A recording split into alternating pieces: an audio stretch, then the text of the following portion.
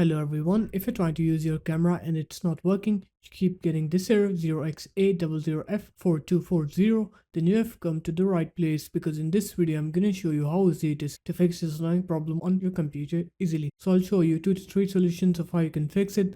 The first one is you're gonna open up your start menu, you're gonna write here run, and then you're gonna write here services.msc, and then you're gonna look for the service called Windows Camera Frame Server. So just press W on your keyboard.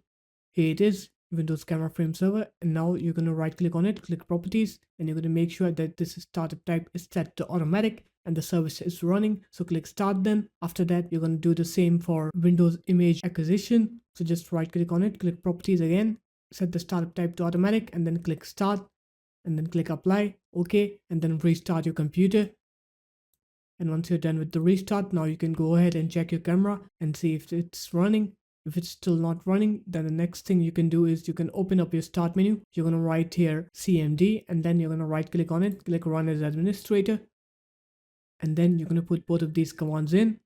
First, you're going to put this command in. After it's done, you're going to put the second command in. I'm going to put both of these commands into the description of the video. And once you're done with that, now what you're going to do is you're going to open up your camera and see if it fixed the issue. If it still didn't, then I have a last solution for you. So the last solution is you're going to open up your start menu, you're going to write here device manager, and then you're going to look for your camera here. And once you open up your camera, for example, in here, now you're going to right click on your camera, and then you're going to click uninstall device, and you're going to uninstall the driver. Don't worry, it will be reinstalled once you restart your computer. So you're going to go ahead and restart your computer now.